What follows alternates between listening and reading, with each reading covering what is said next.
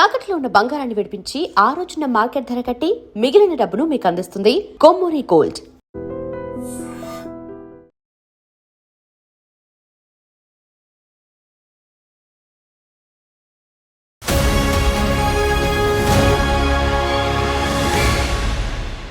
Welcome to I dream. ఈ వారం మన గెస్ట్ ఆల్ ఇండియా లెవెల్లో ఐఎఫ్ఎస్లో మంచి ర్యాంక్ సాధించిన కుర్రాడు.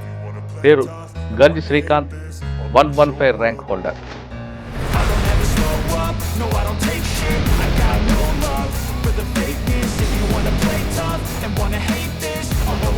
గంజి శ్రీకాంత్ ఫ్యామిలీ, అమ్మా నాన్న మిమ్మల్ని ఈ విధంగా ఈ స్థాయికి తీసుకురావడానికి వాళ్ళు పడ్డ కష్టం.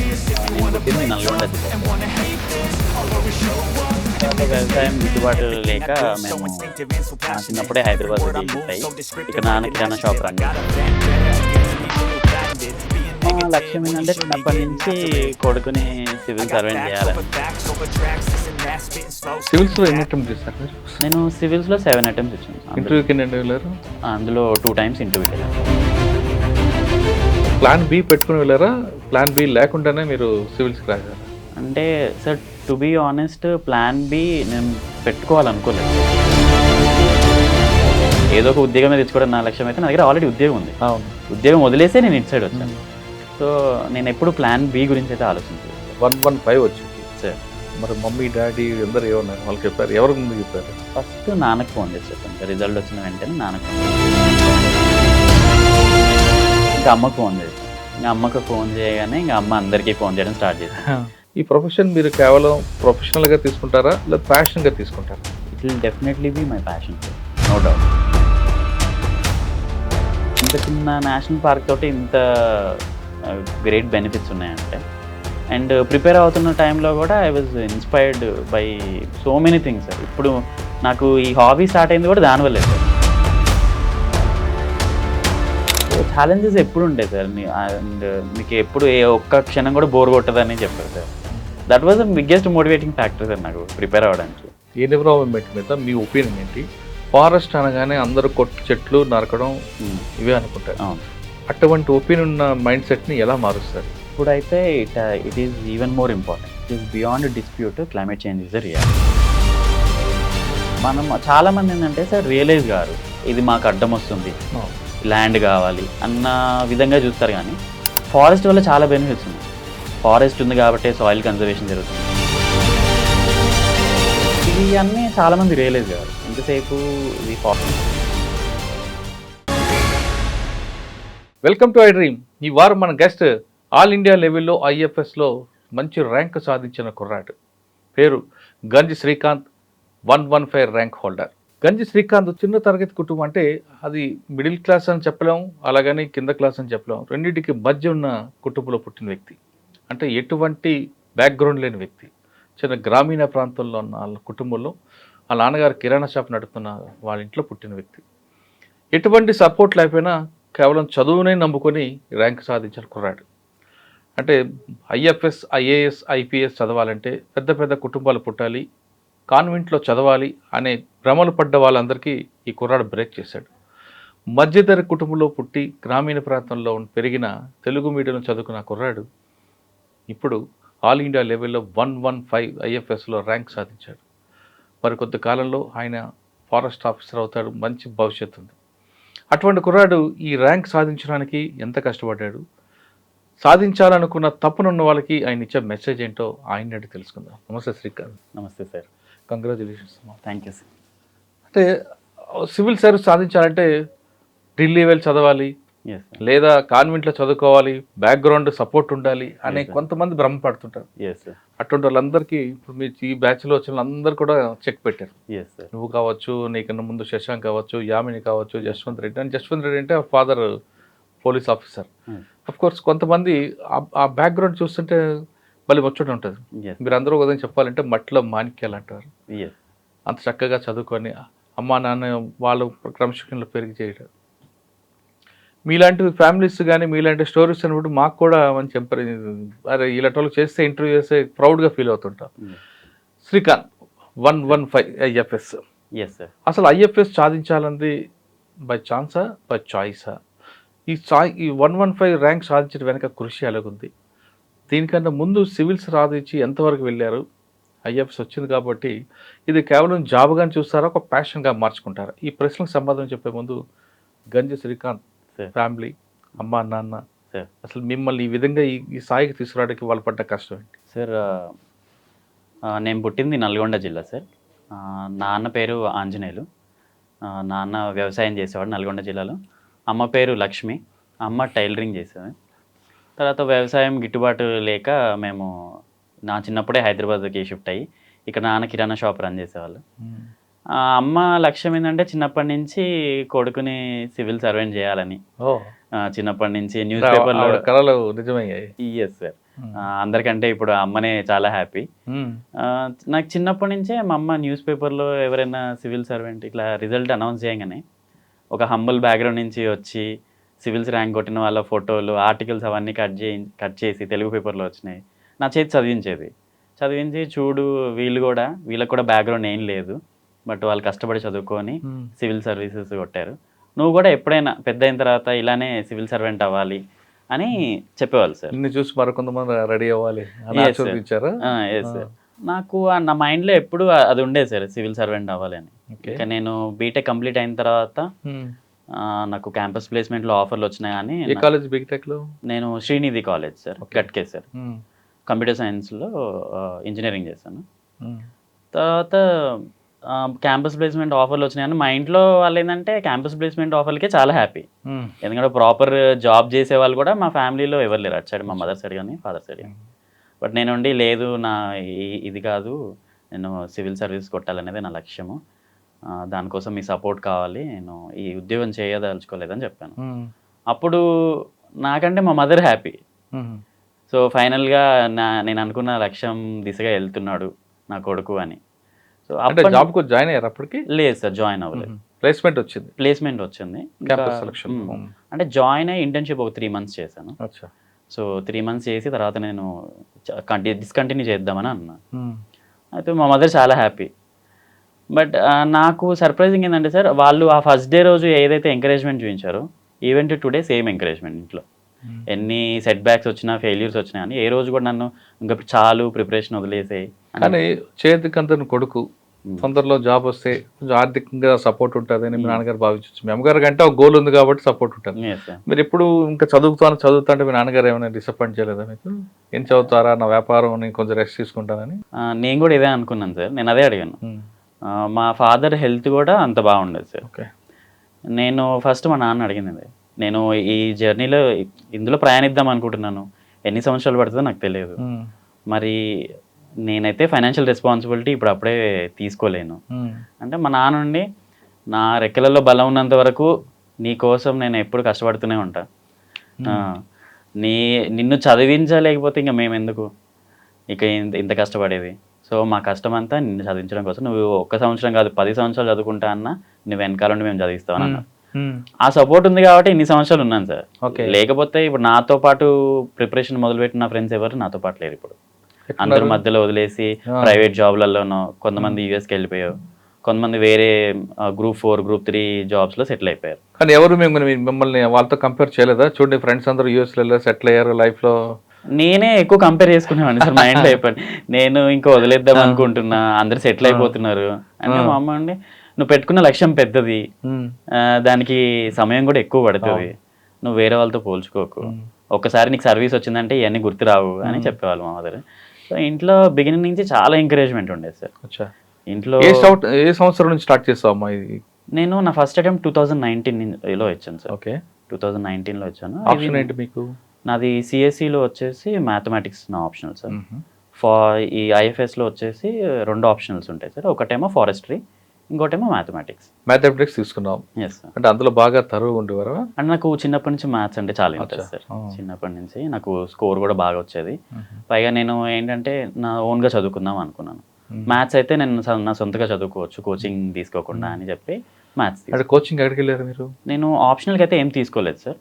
జిఎస్కి అయితే నేను ఫస్ట్ అటెంప్ట్ ముందు ఢిల్లీకి వెళ్ళాను. ఢిల్లీకి వెళ్ళి అక్కడ 1 year ఉండి కోచింగ్ తీసుకొని ఇంకా హైదరాబాద్కి వచ్చేసాను. హైదరాబాద్కి వచ్చి అశోక్ నగర్లో ఉండి ప్రిపేర్ అయ్యాను. తర్వాత 23లో నాకు తెలంగాణ స్టడీ సర్కిల్ గురించి తెలిసింది సార్. తెలియగానే నేను ఇక్కడికి వచ్చాను.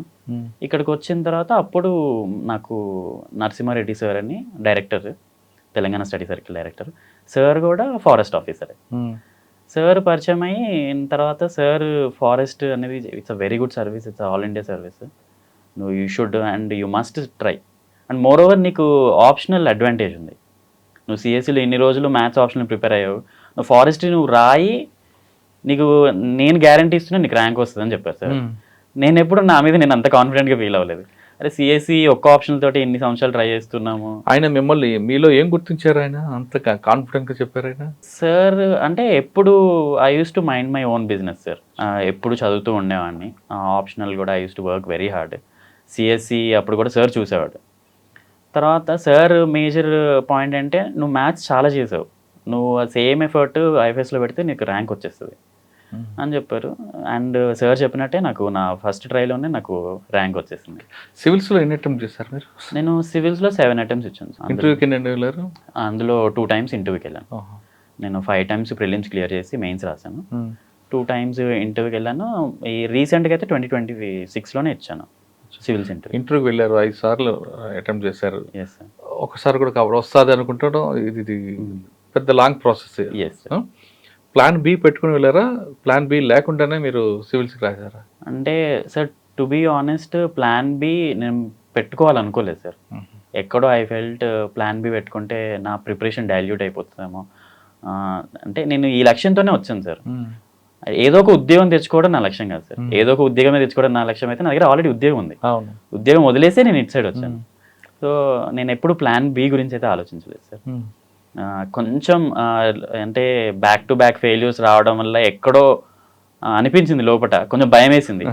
మేబీ నా అటెంప్ట్స్ అన్నీ అయిపోతున్నాయి, మేబీ నేను I'm keeping my life in two risky zone, మరి ఇంత బ్లైండ్గా వెళ్ళడం కూడా కరెక్ట్ కాదు అని అనిపించింది. But again as I said మా పేరెంట్స్ ఉన్నారు, వాళ్ళు ఇచ్చిన ధైర్యం. మా నాన్న ఎప్పుడు అన్నాడు, నువ్వు కష్టపడి బతకాలనుకుంటే ఎన్నో దారులు ఉన్నాయి, నువ్వు వ్యవసాయం చేసుకొని కూడా దర్జాగా బతకచ్చు. సో నువ్వు దాని గురించి ఉన్న షాప్ డెవలప్ చేయొచ్చు. అది మా నాన్న ఇప్పుడు చెప్పేవాడు సార్. అది నువ్వు ఎప్పుడు, నేను అప్పుడప్పుడు భయపడుతుండేవాడిని, బట్ మా ఇంట్లో అసలు అండ్ ఇంట్లో సపోర్ట్ ఉంది, కానీ మన ఫ్రెండ్స్ వీళ్ళందరూ కూడా కొంచెం సూటి మాట్లాడుతుంటారు. ఫెయిల్ అయిపోయావు కదా, ఈసారి వస్తుందా రాదా, ఎంతకాలం రాస్తావరా అని. అటువంటి సూటిపడి మాట్లాడిన ఎదుర్కొన్నారా? అంటే చాలా చూసాను సార్. నాది it's a very long journey. I become thick skinned over period of time. ఎవరు ఏమన్నా కానీ దుర్కొని పోయేవాడిని. కొంచెం మా ఇంట్లో వాళ్ళు కొంచెం ఎక్కువ ఫీల్ అయ్యేవాళ్ళు. ఎవరేమన్నా అన్నా కానీ వాళ్ళు తట్టుకునేవాళ్ళు కాదు, నన్ను ఏమన్నా అన్నా కానీ. మాట్లాడిన బాధ నీకేంటి. సో అంటే పెళ్ళి ఎప్పుడు చేస్తావు అబ్బాయికి, ఏదో ఒక ఉద్యోగం చేసు, మనకు అవసరం అయ్యాన్ని, ఇవన్నీ మనకు వచ్చేవా సచ్చేవా, నువ్వన్నా చెప్పాలి, వాడంటే చిన్న పిల్లోడు నీకు తెలియదు అంటే మా నాన్నే చెప్పేవాడు. ఇంకా మా వాడు ఉద్యోగం చేస్తా అంటే నేనే వద్దన్నా, ఇలానే ఖాళీకి తిరిగని చెప్పాను నేను. నాకే బాధలు, నీకే చాలా support. And right from the first attempt. అంటే జనరల్ ఏమైపోతుందంటే sir, back to back failures వచ్చిన తర్వాత వాళ్ళు కూడా ఒక పాయింట్ ఆఫ్ టైంలో మనకి అని ఆలోచిస్తారు. బట్ పోనీ వాళ్ళు పెద్ద చదువుకుంది కూడా ఏం లేదు. అంటే ఇక్కడ ఒక్క చదువు ఒకటే కాదమ్మా, ఇక్కడ మీకు ప్రతి అటెంప్ట్కి డబ్బులు. అవును, మీకు చాలా ఎక్స్పెండిచర్, కనబడిన ఎక్స్పెండిచర్ ఉంటుంది. యూనిట్ ఒక ఇంటర్వ్యూకి వెళ్ళేవాడు, మాకు ఇంటర్వ్యూకి వెళ్తే దానికి డబ్బులు ఉంటాయి, బయటకు వెళ్తే డబ్బులు, అన్ని డబ్బులతో కూడుకున్న చదువు ఇది. మరి అవన్నీ భరించారా నాన్నగారు? అంటే నేను ఎప్పుడు ఫ్యామిలీ మీద ఫైనాన్సెస్ కోసం ఎప్పుడు డిపెండ్ అవ్వలేదు సార్. నేను నా ఫస్ట్ అటెంప్ట్ వరకే ఫ్యామిలీ సపోర్ట్ చేసింది సార్. ఆ తర్వాత నుంచి అట్లీస్ట్ నా ఖర్చుల వరకన్నా నేనే భరించాలి. మరీ 20 ఏళ్ళు 25 ఏళ్ళు దాటిన తర్వాత కూడా ఇంటి నుంచి డబ్బులు అడగాలంటే చాలా సిగ్గుగా అనిపించేది. అంటే అంత కష్టపడుతున్నారు. మరి మీరు ఎలా సంపాదించారు? నేను కోచింగ్ ఇన్స్టిట్యూట్లో వర్క్ చేశాను సార్. కోచింగ్ ఇన్స్టిట్యూట్లో వర్క్ చేశాను. అశోక్ నగర్లో ఒక స్టడీ హాల్కి ఇన్ఛార్జ్గా పనిచేశాను. సో నా వరకు నేను సంపాదించుకున్నాను. అది మంచి పని. నా వరకు నేను సంపాదించుకున్నావాడిని. నా టెస్ట్ సిరీస్ ఖర్చులు కానీ, నా ఖర్చులు కానీ అవన్నీ నేనే పెట్టుకున్నాను. బట్ ఆయన అని ఇంట్లో అది కూడా చేయొద్దని చెప్పేవాళ్ళు. మేము సపోర్ట్ ఇంట్లో మేము సపోర్ట్ చేస్తా అన్నాం కదా, నువ్వు ఎందుకు ఈ పని చేస్తున్నావు అంటే, లేదు నాకేం ఇబ్బంది లేదు, నేను చదువుకోగలుగుతున్నా, అంత ఇబ్బంది ఉంటే నేనే మానేస్తాలే అని చెప్పేవాడిని ఇంట్లో. ఓకే, 5 అటెంప్ట్లు అయిపోయాయి. 6వ అటెంప్ట్ అప్పుడు మీరు సీరియస్ తీసుకున్నారా? లేదు సార్, నాది నేను 7 ఇచ్చాను అటెంప్ట్స్ టోటల్. అందులో 5 టైమ్స్ మెయిన్స్ రాశాను. 2 times ఇంటర్వ్యూ వరకు వెళ్ళాను సివిల్స్లో. ఇది ఫారెస్ట్ నాది first attempt sir. Forest sir forest service తీసుకోమని ఎవరు నరసింహారెడ్డి గారు సజెస్ట్ చేశారా? నరసింహారెడ్డి సార్. కానీ ఇందులో భగత్ గారు మీకు ఏ విధంగా సపోర్ట్ చేశారు? సార్ నేను అంటే మెయిన్స్ క్లియర్ అయిన తర్వాత ఇంటర్వ్యూ కోసం గైడెన్స్కి 2 times వెళ్ళాను సార్. సివిల్స్కి వెళ్ళాను, ఫారెస్ట్కి వెళ్ళాను. తర్వాత సార్ని కలిసిన తర్వాత సార్ చాలా ఎగ్జాస్టివ్ లిస్ట్ ఆఫ్ క్వశ్చన్స్ చెప్పారు. నువ్వు ఇవన్నీ ప్రిపేర్ అవ్వు, మేజర్గా ఈ ఏరియాస్ నుంచి అడుగుతారు వాళ్ళు కూడా. నా ఫస్ట్ ఇంటర్వ్యూలో నాకు ఓన్లీ 146 వచ్చింది సార్ స్కోర్. అంటే చాలా తక్కువ. నాకు ఇంటర్వ్యూలో తక్కువ స్కోర్ రావడం వల్లే ఆ ఇయర్ ర్యాంక్ రాలేదు. బట్ నేను అప్పుడు సార్ని కలవలేదు. నా సెకండ్ సివిల్స్ ఇంటర్వ్యూకి సార్ని కలిసాను. సార్ సపోర్ట్ వల్ల నా స్కోర్ నేను 146 నుంచి 185 చేయగలిగాను. సో అది అందుకే దాంట్లో సార్ చెప్పింది ఏంటి, ఏ జోనర్లో ఎక్కువ వస్తుందని చెప్పారు? సార్ స్టేట్ గురించి చెప్పేవాళ్ళు సార్. స్టేట్లో మనకి నక్సలిజం ఉంది, నక్సలిజం రిలేటెడ్ క్వశ్చన్స్ చదువుకోవాలి. తర్వాత ఎవరు ఎక్స్పెక్ట్ చేయని క్వశ్చన్స్ సార్ చెప్పేవాళ్ళు.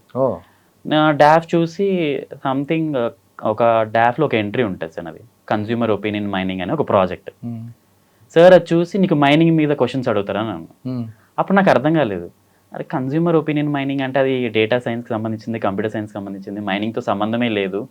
నన్ను మైనింగ్ గురించి ఎందుకు అడుగుతారు, నేను మైనింగ్ ఇంజనీర్ కూడా కాదను. బట్ ఇంటర్వ్యూలో మైనింగ్ గురించి క్వశ్చన్ అడిగారు. ఏమడిగారు? మైనింగ్ ఇల్లీగల్ మైనింగ్ అరికట్టడానికి నువ్వేం చర్యలు తీసుకుంటావు అని. ఎందుకు అంటే వాళ్ళు కూడా జస్ట్ ఆ మైనింగ్ వర్డ్ చూసారు అంతే. అంతే, అది మొత్తం అది ప్రాజెక్ట్ దానికి రిలేటెడ్ కాదు. అది నాకు ఎవరు చెప్పలేదు. నేను అంటే ఇంటర్వ్యూకి వెళ్ళే ముందు చాలా మందిని కలిసిన కానీ సార్ ఒక్కడే పాయింట్అవుట్ చేశారు. నాకు అప్పుడు అర్థం కాలేదు, బట్ తర్వాత అర్థమైంది. ఏం చెప్పారు మీరు, మైనింగ్ ఎలా అరికట్టొచ్చు అంటే? అది నేను చాలా టెన్షన్ పట్టి నేను అప్పుడు చెప్పలేదు సార్. బట్ తర్వాత నేను అనుకున్నది ఏంటంటే ఇల్లీగల్ మైనింగ్ అరికట్టడానికి మేబీ కంప్యూటర్ సైన్స్ నాలెడ్జ్ నుంచి నన్ను ఏమన్నా ఎక్స్పెక్ట్ చేస్తున్నారేమో క్వశ్చన్. అంటే ఇంటర్వ్యూలో ఆ క్వశ్చన్ అడిగినప్పుడు తెలియదని చెప్పారా, తెలుసని చెప్పారా, అబద్ధం చెప్పారా? నేను తెలియదనే చెప్పాను సార్. ఓకే, అది తెలియదు. అది నా ఫస్ట్ ఇంటర్వ్యూ సార్. నేను చాలా టెన్షన్ పడి ఉండే. బట్ సెకండ్ ఇంటర్వ్యూకి చాలా బెటర్ అయింది సార్. అంటే ఇంటర్వ్యూలో బోర్డు క్వశ్చన్ అడిగినప్పుడు తెలుసని చెప్పాలా, తెలియదని చెప్పాలా, రెండు కాకుండా మనకు వచ్చింది చెప్పాలా? ఆనెస్ట్గా ఉండడం ఎప్పుడు బెస్ట్ సార్. ఓకే. సో తెలియకపోతే నిర్మోహమాటంగా తెలియదని చెప్పడమే బెస్ట్. వాళ్ళు కూడా దాన్ని అప్రిషియేట్ చేస్తారు. నేను నేర్చుకున్న విషయం కూడా అదే సార్. నేను అంతేగాని మనం ఓవర్ యాక్షన్ చేస్తే వాళ్ళకి అర్థమైపోద్ది, ఈజీగా అర్థమైపోతుంది. వాళ్ళు రోజు కనీసం ఒక 70 మందిని ఇంటర్వ్యూ చేస్తున్నారు 3 నెలల వరకు. నువ్వు నోరు తెరిస్తే నువ్వు అబద్ధం చెప్తున్నావు లేదా ఇది ఇమీడియట్గా అర్థమైపోతుంది. అదే మన మైనస్ సపోర్ట్. అవును సార్. ఓకే, సెకండ్ ఇంటర్వ్యూకి బాగా ప్రిపేర్ అయ్యారా? సెకండ్ ఇంటర్వ్యూకి బాగా ప్రిపేర్ అయ్యాను సార్.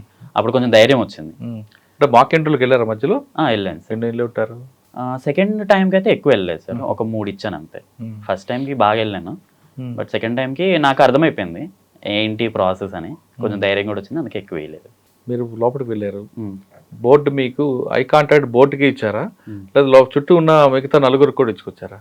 క్వశ్చన్ అడుగుతున్నప్పుడు అందరినీ చూసాను సార్. అంటే ఇట్ డిపెండ్స్ సార్. ఒకవేళ వాళ్ళు అడిగిన క్వశ్చన్కి ఒక లెందీ ఆన్సర్ ఇవ్వాల్సి వచ్చింది అనుకోండి సార్, అందరినీ చూడడమే బెటర్. అందరికీ ఐ కాంటాక్ట్ ఇస్తూ చెప్పేవాడిని. ఎంతసేపు అయిందండి ఇంటర్వ్యూ? నాది సిఎస్సి ఇంటర్వ్యూ అయితే 35 minutes అయింది సార్. ఫారెస్ట్ ఇంటర్వ్యూ అయితే 30 minutes అయింది. ఏమడిగారు ఫారెస్ట్ ఇంటర్వ్యూ? ఫారెస్ట్ అడిగారా? అలా అనలేదు. నాది ఒక ఇంట్రెస్టింగ్ హాబీ ఉంది sir, finding maths in nature అని. ఫస్ట్ చైర్మన్ అదే పట్టుకున్నాడు. పట్టుకొని చాలా ఇంట్రెస్టింగ్ ఉంది హాబీ నీది, ఏమైనా చెప్పు నీ హాబీ గురించి అని చెప్పారు. నేను చెప్పాను ఇట్లా నేచర్లో మ్యాథ్స్ హిడెన్ అయి ఉంటుంది సార్, దాన్ని చూడడం అబ్జర్వ్ చేయడమే నా హాబీ అని చెప్పాను. ఎలా అంటే ఒక ఫిబొనాకీ సిరీస్ అని మ్యాథ్స్లో ఒక కాన్సెప్ట్ ఉంటుంది సార్. అది నేచర్లో చాలా చోట్ల కనిపిస్తూ ఉంటుంది మనకి, సన్ఫ్లవర్ సీడ్స్లో కానీ, పైనాపిల్ కోన్స్లో కానీ. చెప్పండి ఎగ్జాంపుల్గా పైనాపిల్ దానికి చెప్పండి. ఇప్పుడు పైనాపిల్ కోన్స్ స్పైరల్స్ ఉంటాయి కదా సార్, ఇట్లా మీరు ఇలా స్పైరల్స్ అవన్నీ కౌంట్ చేయండి సార్. అవన్నీ ఎప్పుడు ఏ పైనాపిల్ తీసుకున్నా కానీ most of the times Fibonacci నెంబర్స్లోనే ఉంటుంది. అంటే ఫిబొనాకీ నెంబర్స్ అంటే 2 నెంబర్స్ని యాడ్ చేస్తే నెక్స్ట్ నెంబర్ వస్తుంది. ఇప్పుడు 0, 1, నెక్స్ట్ 1, నెక్స్ట్ 2, నెక్స్ట్ 3, నెక్స్ట్ 5, 8 ఇట్లానే ఉంటుంది. తర్వాత సన్ఫ్లవర్ సీడ్స్ స్పైరల్ కూడా ఎప్పుడు అలానే ఉంటాయి. మీరు ఎప్పుడైనా ఆకాశంలో చూస్తే మైగ్రేటరీ బర్డ్స్ V షేప్లో ఎప్పుడు ఫ్లై అవుతూ ఉంటాయి. పైలట్ మిగతావన్నీ. దాని వెనకాల ఒక హోల్ సైన్సే ఉంది ఎందుకు అట్లా ఫ్లై అవుతాయని. నేను చెప్పాను ఎందుకు అట్లా, ఇమీడియట్గా చైర్మన్ గారు అడిగారు ఎందుకు అట్లా ఫ్లై అవుతాయని. సార్ అది ఎనర్జీ సేవింగ్ సార్. ఎందుకంటే ఫస్ట్ బర్డ్ అది వింగ్స్ ఫ్లిప్ చేసినప్పుడు ఒక ఎయిర్ థ్రస్ట్ అనేది క్రియేట్ అవుతుంది. అది వెనకాల ఉన్న బర్డ్స్ని లిఫ్ట్ చేస్తుంది. సో దానికి ఎక్కువ ఎనర్జీ పెట్టాల్సిన అవసరం లేదు, తక్కువ ఎనర్జీతోటే ఎక్కువ దూరం వెళ్ళాలి. ఎందుకంటే migratory birds thousands of kilometres travel చేయాలి కదా. ఇది ఒక అడాప్టేషన్ టెక్నిక్. అంటే చైర్మన్ వాజ్ వెరీ ఇంప్రెస్డ్. చాలా బాగుంది, ఇంట్రెస్టింగ్ ఉంది హాబీ అని. అంటే మీరు అన్నట్లుగా ఒక పక్షి ముందెళ్తుంటది, అవును సార్. అది రూట్ చూపిస్తుంది, అది కంటిన్యూ వరకు లాస్ట్ వరకు ఉంటుంది కదా. ఉండదు సార్, మళ్ళీ అది జిగ్జాగ్ అవుతుంటాయి. అవును సార్. అంటే ఆ ఫస్ట్ పొజిషన్ మారుతుంటుంది సార్. అవును, బర్డ్ పొజిషన్ ఫస్ట్ ఒక బర్డ్ ఉంటుంది. ఫస్ట్ బర్డ్ దాని రెక్కల నుంచి వచ్చే పవర్ వెనక్కి వెళ్తుంటుందా? ఇట్లా వింగ్స్ ఇట్లా ఫ్లిప్ చేయగానే ఎయిర్ ఇట్లా సర్కిల్ గా వెనక్కి వెళ్తుంది సార్. వాళ్ళు వి షేప్ లో ఉండడం వల్ల ఏంటంటే ఆ ఎయిర్ అనేది నెక్స్ట్ ఉన్న బర్డ్స్ వింగ్స్ కిందికి వెళ్తుంది. అప్పుడేంటి ఒక లిఫ్ట్ పైకి ఎయిర్ లిఫ్ట్ చేసిన ఫీలింగ్ వస్తుంది అనమాట. అప్పుడు మనం ఏంటంటే ఈ వింగ్స్ ఎప్పుడు కంటిన్యూస్గా ఫ్లిప్ చేయడానికి మేజర్ రీజన్ ఏంటంటే సార్, ఎయిర్లో ఉండడానికి. కింద ఎందుకు పడవు అంటే ఎప్పుడు కంటిన్యూస్గా ఫ్లిప్ చేయాలన్నమాట. ఇప్పుడు అంత తక్కువ సార్లు ఫ్లిప్ చేస్తే సరిపోతుంది. సో ఎనర్జీ సేవింగ్ అన్నమాట. అంటే గ్రూప్ ఉంది కాబట్టి, గ్రూప్ ఉంది కాబట్టి సేమ్ వీల్ కూడా ఇలానే ఫ్లిప్ చేస్తుంది. అప్పుడు అవి నెక్స్ట్ బర్డ్స్కి హెల్ప్ అవుతుంది. సో అట్లా ఎనర్జీ సేవింగ్ వల్ల అవి ఎక్కువ దూరం ట్రావెల్ చేయగలుగుతాయి.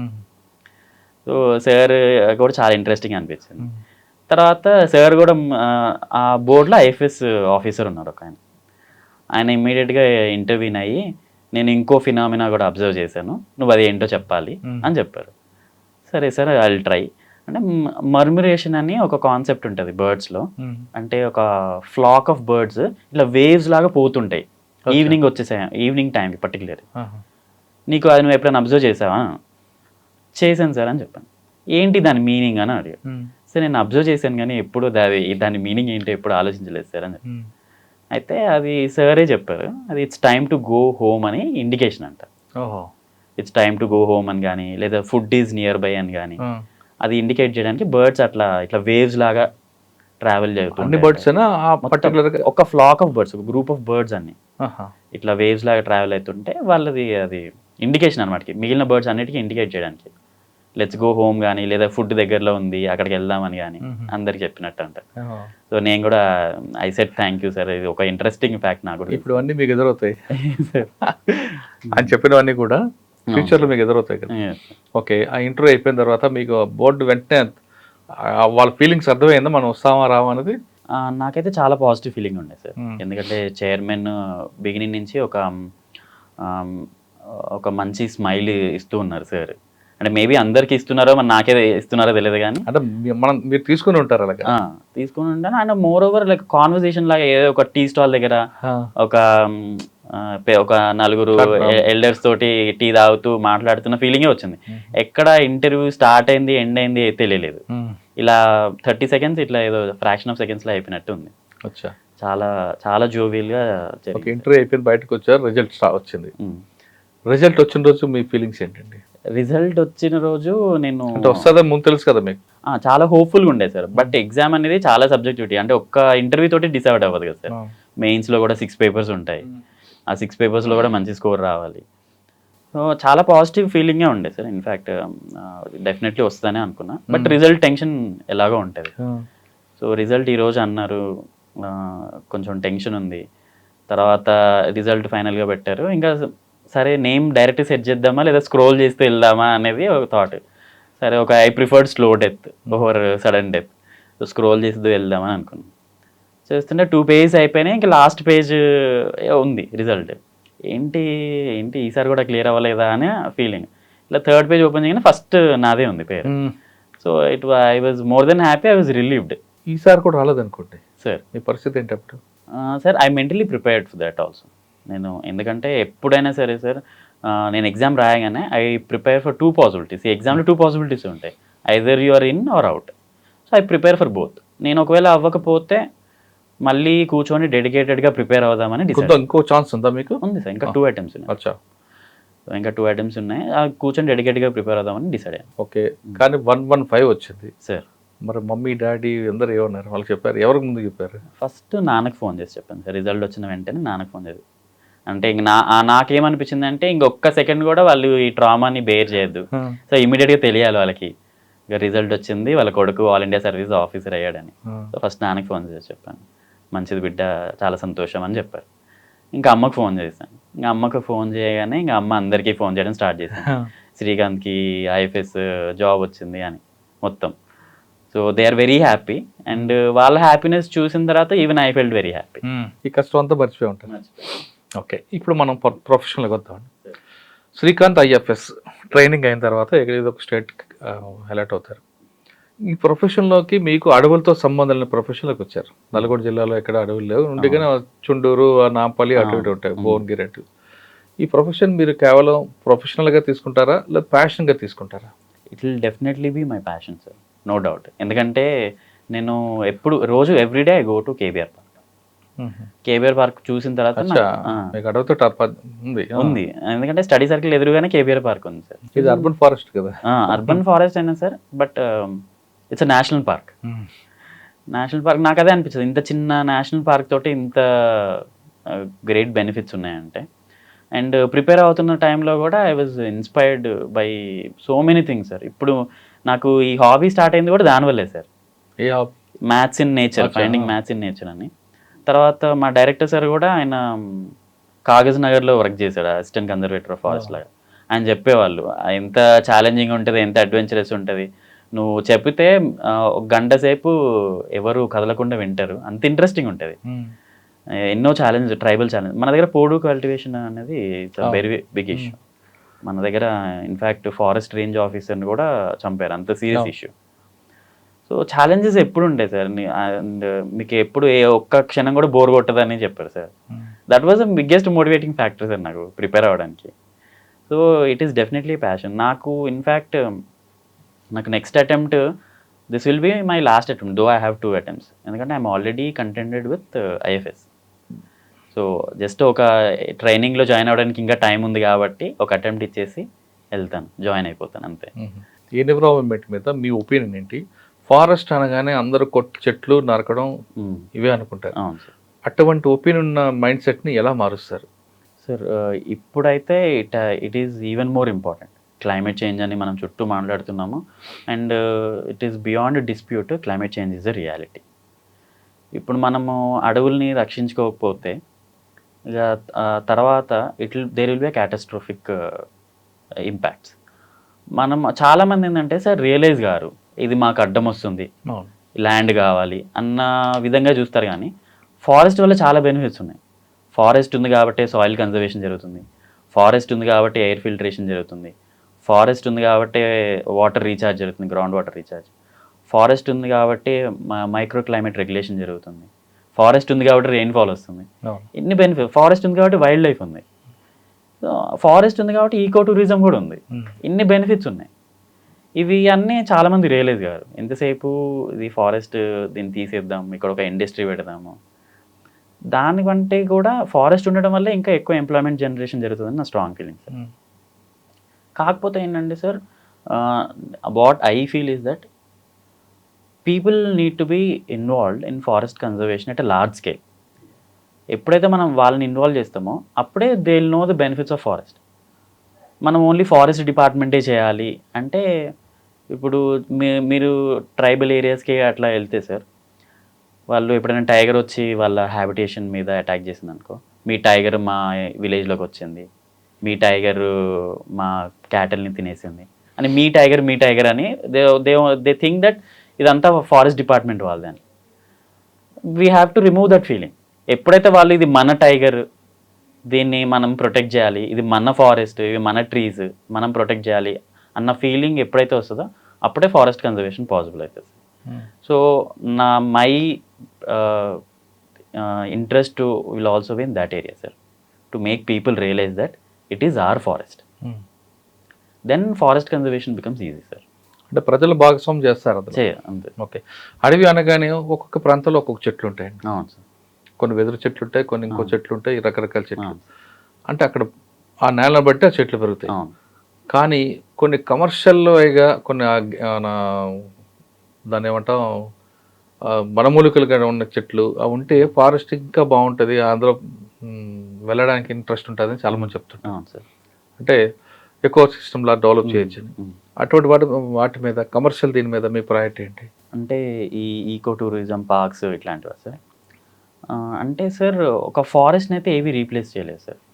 ఫారెస్ట్ అనేది అంటే ఫారెస్ట్ అనగానే మీకు మళ్ళీ రిపీట్ చేస్తున్నా, ఫారెస్ట్ అనగానే ఏ టైప్ ఆఫ్ ట్రీస్ ఉంటేనే దాన్ని మనం నేటివ్ ట్రీస్ ఉండాలి సార్. ఒక ట్రీస్ ఉండదు, చాలా డైవర్సిటీ ఉండాలి.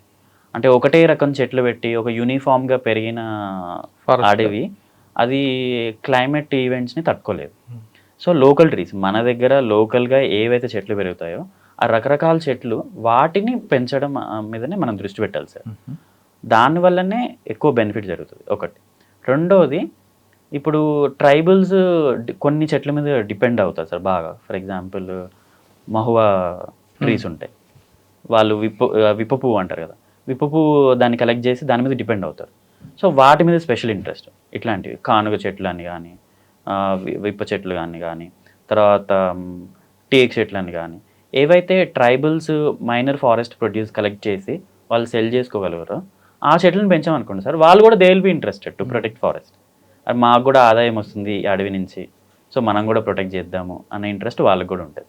సరే, నెక్స్ట్ వైల్డ్ యానిమల్ మీద మీ ప్రాజెక్ట్ ఎలాగుంటుంది ఫోకస్? వైల్డ్ యానిమల్స్ అంటే sir it varies from place to place. కానీ ఒక అడవికి పులి అందం అంటారు, పులి ఉంటే అడవి ఉందని. మరి పులులు మంచి సంఖ్య మీద ఎలాగుంటుంది? కొంతమంది ఏమో పులులు ఉన్నాయి కాబట్టి మేము ఉండలేకపోతున్నాం కొంతమంది అంటారు, బయటకు వచ్చేస్తున్నాయి పులులని. ఎలిఫెంట్ బయటకు వస్తున్నాయి కొంతమంది, ఒక ఏరియాలో కంప్లైంట్లు వస్తుంటాయి. మరి పులును ఇస్తారా, ఏనుగుని బయటకు పంపిస్తారా? సార్ అడవిలోనే మనం అర్థం చేసుకోవాల్సిన విషయం ఏంటంటే సార్, అవి అడవిలో ఉన్నాయి, మనం అడవికి వెళ్ళాం, వాటి ప్లేస్కి వెళ్ళాం, అవి మన ప్లేస్కి రావట్లేదు. ఇప్పుడు అడవిని క్లియర్ చేసి అక్కడ పొలాలు పెంచడమో లేకపోతే హ్యాబిటేషన్స్ వల్లనో అవి దే ఆర్ ఎంటరింగ్. కానీ in fact tiger is a very shy animal sir. మీరు it is very difficult to spot tiger in wildlife. అది తొందరగా దొరకదు. అది వస్తుంది అంటే మనం ఏదో చేసాం దాన్ని. సో మనము ఈ విషయం ఎప్పుడైతే అర్థం చేసుకుంటామో, టైగర్ ఉండడం వల్లనే there is a ecological balance in the forest. అందుకే మనము ప్రాజెక్ట్ టైగర్ అని చెప్పి, ఎందుకంటే మిగిలిన అన్నీ కూడా ఇంపార్టెంటే, కానీ ఎందుకు మనం టైగర్ మీద అంత ఇంట్రెస్ట్ చూపించామంటే టైగర్ని కన్జర్వ్ చేస్తే మిగిలిన వైల్డ్ లైఫ్ కూడా ఆటోమేటిక్గా కన్జర్వ్ అవుతుంది.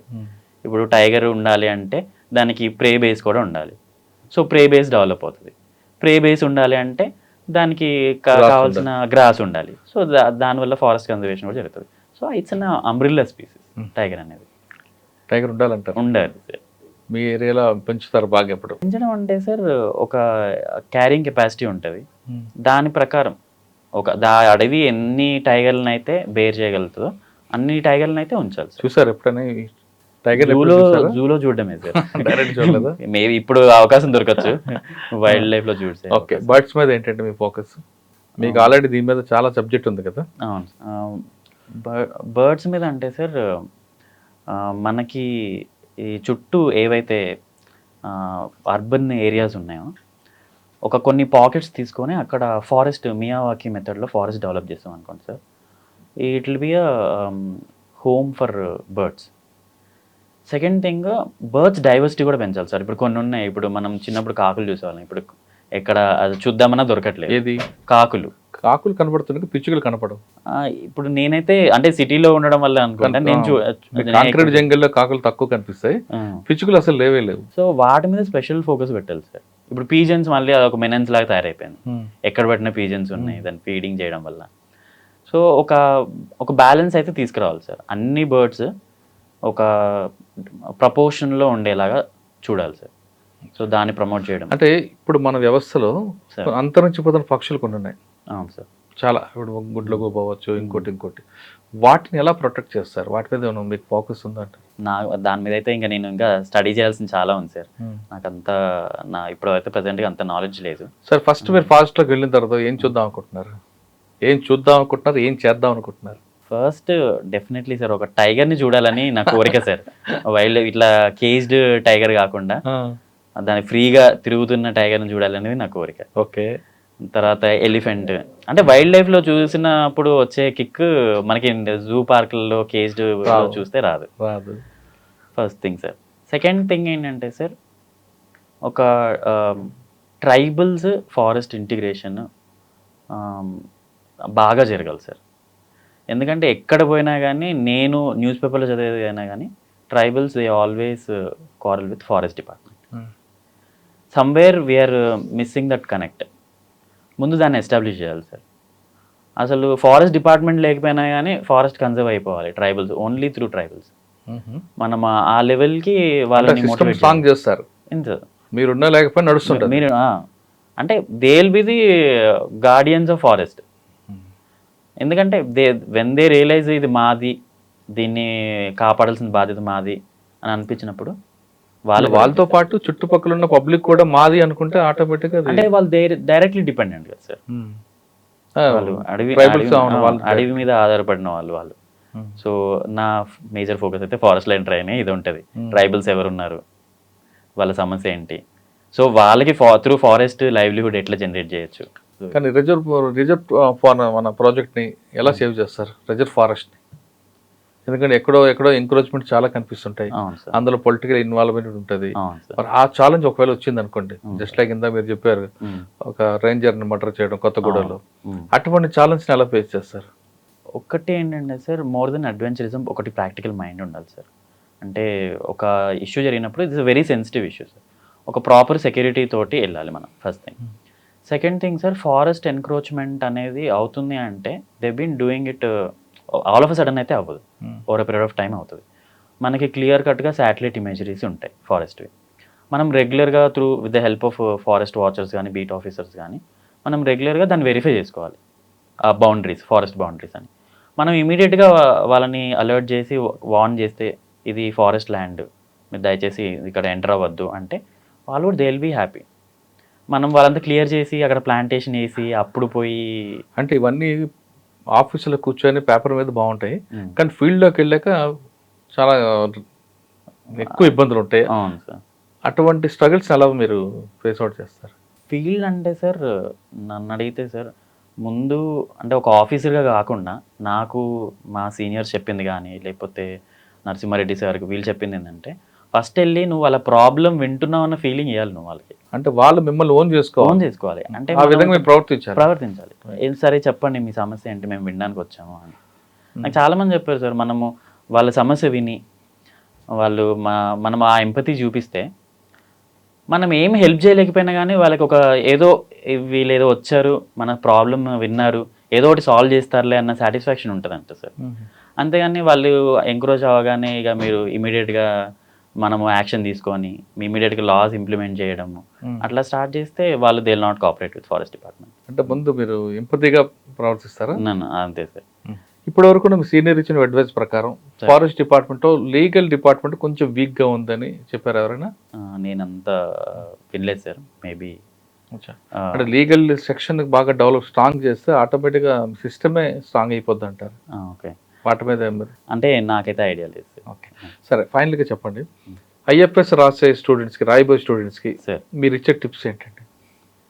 రోజు చదవమంటారా, లేదా అడుగు చోటు తిరగమంటారా, కేబీఆర్ పరిగెట్టమంటారా? సార్ నియర్ బై పార్క్ ఉంటే I will definitely suggest them to go to.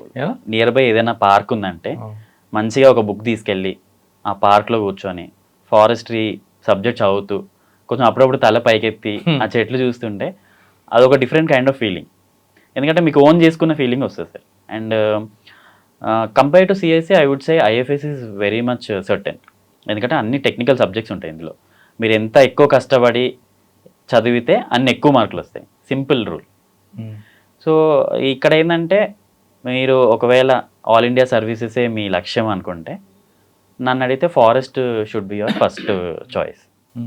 ఎందుకంటే ఇక్కడ మీకు ఎగ్జామ్ రాగానే మీకు అర్థమైపోతుంది సార్, ఇందులో ఏమీ గెస్ వర్క్ లేదు, ఇందులో ఏమీ గాల్లో దీపం పెట్టడం లేదు. నువ్వు రాసావంటే వచ్చేస్తుంది.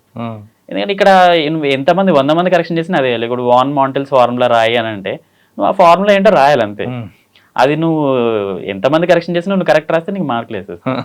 So this is very certain and it's a very beautiful services.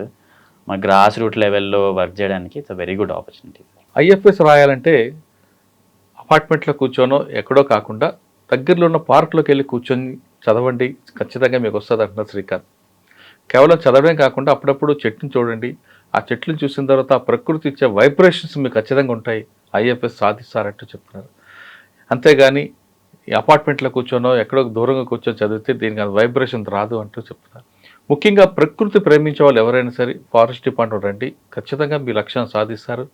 మీరు మీ హెల్త్నే కాకుండా భావితరాలకు కూడా మంచి హెల్త్ ఇచ్చేవారు అవుతారనేది ఫారెస్ట్ డిపార్ట్మెంట్ యొక్క లక్ష్యం.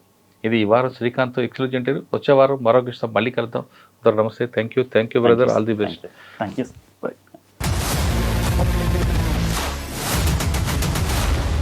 iDreams, this police diaries is something very, very valuable towards that. I must really appreciate Murali, your insights. iDreams founder and CEO చిన్న వాసుదేవ్ రెడ్డి గారితో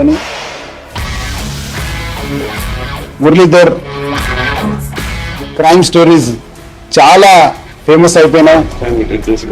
Gautam Savan garu and Satyanar sir. Good. Well done. I congratulate him for doing so well, and I congratulate him his boss also. So well.